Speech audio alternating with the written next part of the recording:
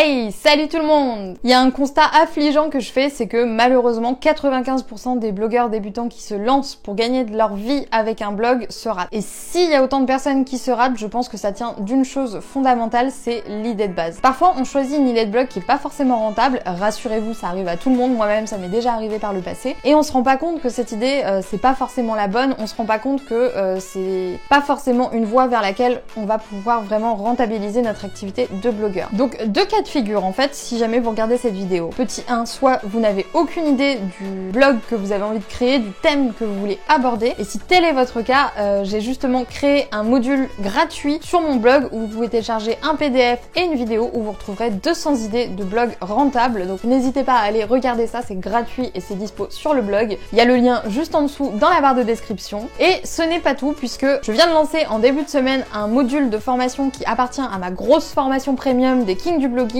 où je vous explique comment créer un blog rentable de A à Z, et là je vous ai pris juste les premiers modules, donc il y en a à peu près pour 3 heures de contenu, où je vous explique concrètement ce que c'est qu'une idée rentable, comment la trouver, laquelle choisir, comment affiner son positionnement, et aussi surtout très important, comment définir son persona. Donc si jamais vous êtes dans cette inquiétude là et que vous n'êtes pas sûr à 200% que votre idée de blog elle est rentable, je vous invite à aller voir ça sur le blog. Encore une fois, tous les liens seront dans la barre de description. Dans cette vidéo, je vais quand même essayer de vous expliquer comment trouver une idée de business rentable pour votre blog, et pour ça je vais vous inviter à vous poser plusieurs questions par rapport à votre thématique pour définir si c'est une thématique qui, oui ou non, est finalement rentable ou pas. Déjà, première question à vous poser, est-ce que votre thématique elle nécessite un investissement de base? C'est-à-dire, est-ce que par rapport au sujet dont vous parlez sur votre blog, les gens ont déjà besoin en fait d'investir de l'argent pour pouvoir exercer cette activité? Un exemple que j'aime bien donner et que je trouve très parlant, c'est l'airsoft. L'airsoft, vous connaissez peut-être pas, c'est très grossièrement, pardon à tous les fans d'airsoft que je vais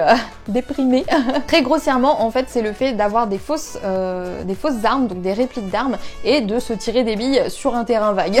J'espère que j'ai pas trop détruit le truc là. Si vous lancez un blog sur l'airsoft, il est fort probable que ce soit quand même une thématique rentable dans la mesure où pour faire de l'airsoft, il faut acheter des fausses armes, et les fausses armes ça coûte quand même un certain budget. Donc à cette question, est-ce que la thématique nécessite un investissement? Si vous faites un blog sur l'airsoft, la réponse c'est sûrement oui. Et attention, parce que ça peut aussi aller dans des thématiques qu'on soupçonne pas forcément, en tout cas dans lesquelles nous personnellement on dépenserait pas forcément de l'argent. Là j'ai envie de vous prendre l'exemple général de l'amour. À part si vous êtes très désespéré, il y a quand même peu de chances que vous dépensiez de l'argent pour l'amour en soi. Mais ça reste quand même une thématique rentable. Pourquoi? Parce que il y a des gens qui payent des coachs love, des coachs en séduction, il y a des gens qui payent des abonnements à des applications de rencontres. C'est bien la preuve que l'amour quelque part c'est un thème, même si bien que trop généraliste. Vous le comprenez si vous voyez les modules de ma mini formation comment trouver une idée de blog rentable. Même si c'est trop large comme thème, en soi ça reste un thème porteur, un thème rentable, quelque chose qui peut vraiment vous rapporter de l'argent à terme. Deuxième question à se poser, et ça c'est surtout intéressant si vous vous lancez dans le business de l'information et que vous voulez devenir infopreneur, c'est-à-dire vendre des formations, vendre des e-books, vendre des livres et des conseils, grossièrement parlant, c'est est-ce qu'on peut raisonnablement apprendre quelque chose aux personnes qui nous suivent? Si vous apprenez comment faire quelque chose, déjà ça sent très bon. Par exemple, si vous tenez un blog sur le thème du bricolage, vous pouvez apprendre aux gens comment réparer leur chasse d'eau. Comment ça sent le vécu? Ou alors, vous pouvez aussi leur apprendre comment créer leurs propres meubles. Par contre, pour vous donner un contre-exemple, on va dire, si jamais vous faites un blog sur les livres, vous pouvez pas vraiment apprendre aux gens comment faire quelque chose en fait. On va pas apprendre aux gens comment lire. Donc déjà, ça aussi c'est une question qui a son importance et qui peut jouer dans le fait que votre thématique soit rentable ou non. Une autre question à vous poser, et là attention à la réponse parce que contrairement à ce qu'on peut penser intuitivement, c'est pas forcément le reflet de la réalité. Est-ce qu'il y a déjà des blogs, des chaînes YouTube, des business installés autour de votre thématique? Souvent quand on est débutant, on se dit mince, j'aimerais bien faire un blog sur tel sujet mais il y a déjà tellement de monde, comment je vais trouver ma place? Mais ça, attention, c'est une erreur. Je vous avais d'ailleurs tourné une vidéo complète où j'ai abordé la question. Avoir une thématique qui semble bouchée, c'est pas forcément un moins, en particulier quand on est blogueur. Vous retrouverez la vidéo dont il est question dans le petit i. Pour la faire courte, s'il y a du monde dans votre thématique qui est installé, c'est la preuve qu'il y a un marché, c'est la preuve que votre thématique déjà elle est rentable et qu'elle intéresse suffisamment de monde pour que vous puissiez vous aussi vous lancer et grappiller votre part du gâteau, si on peut dire. Quatrième question, est-ce que votre blog, en tout cas la thématique de votre blog, répond à un besoin précis? Est-ce qu'elle résout un problème qu'on appelle un problème dur? Dur, c'est l'acronyme de douloureux, urgent et réel. Si votre problème il rentre dans cette catégorie-là, alors ça sent très bon. Si par exemple vous répondez à la problématique comment empêcher son chien de faire pipi par terre, super inspiration, alors c'est quand même quelque part un problème dur, puisque c'est douloureux, c'est relou de nettoyer le pipi de chien, c'est urgent, ce serait bien qu'il arrête avant que tout l'appart parte en miettes. Et c'est réel, il y a plein de gens qui sont concernés par ce problème et qui ont des problèmes d'éducation canine. Donc potentiellement on peut penser que c'est une problématique rentable, d'autant plus que ça répond à un besoin. Posez-vous la question, celle-ci elle est très importante, est-ce que vous résolvez un besoin et est-ce que ça concerne un problème qui peut être considéré comme un problème dur? Enfin, cinquième question, et là ça va surtout déterminer votre pourcentage de chance de réussir et de ne pas vous trouver dans les 95% de blogueurs qui échouent.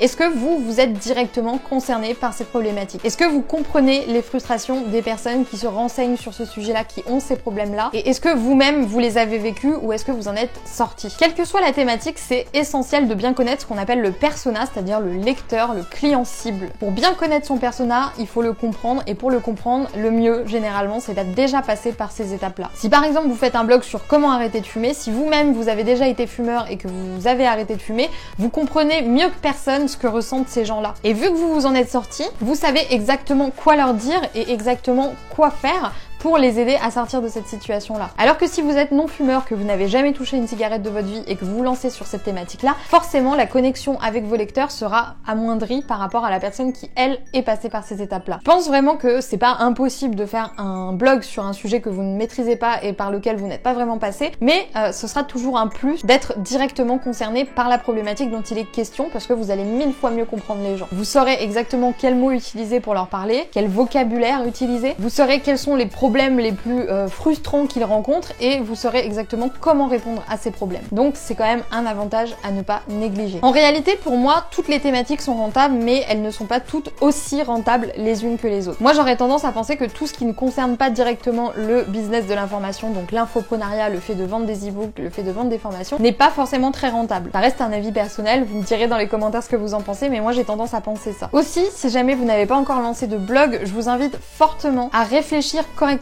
à l'idée de base que vous avez, puisque malheureusement on fait beaucoup d'erreurs à ce niveau-là, on a tous fait des erreurs à ce niveau-là, et il faut savoir comment ça fonctionne, et il faut savoir exactement comment trouver l'idée idéale, celle qui va vous permettre de rentabiliser rapidement votre business en ligne. Je le rappelle, si jamais vous avez besoin d'aide à ce niveau-là, j'ai un module de formation complet de plusieurs heures qui vous explique comment trouver l'idée de blog, comment trouver le bon positionnement, comment vous adresser à vos lecteurs, et comment définir avec précision le persona, le client cible que vous cherchez. Si vous avez besoin de plus d'informations à ce niveau-là, n'hésitez pas à regarder dans la barre de description, c'est disponible et je pense vraiment que ça peut grandement vous aider, que vous ayez créé un blog ou non, puisque parfois on crée un blog, on se trompe de thématique et on s'en rend pas compte. L'objectif de cette formation, c'est aussi de vous aider à faire un point par rapport à votre thématique actuelle, donc que vous ayez un blog ou non, moi je suis persuadée que ça va vous être utile. Si vous partez vraiment de zéro, n'hésitez pas non plus à télécharger mon module de formation gratuit 200 idées de blog rentables que vous pouvez retrouver encore une fois dans la barre de description. Il y a pas mal de choses dans la barre de description, donc allez jeter un coup d'œil, je pense que ça va beaucoup vous servir si vous êtes en pleine interrogation à ce niveau-là. N'oubliez pas de vous abonner si c'est pas encore fait, j'espère vraiment que cette vidéo vous aura plu. Moi je vous laisse là, je vous dis à plus pour de nouvelles vidéos sur la chaîne de Wonder Way Queen.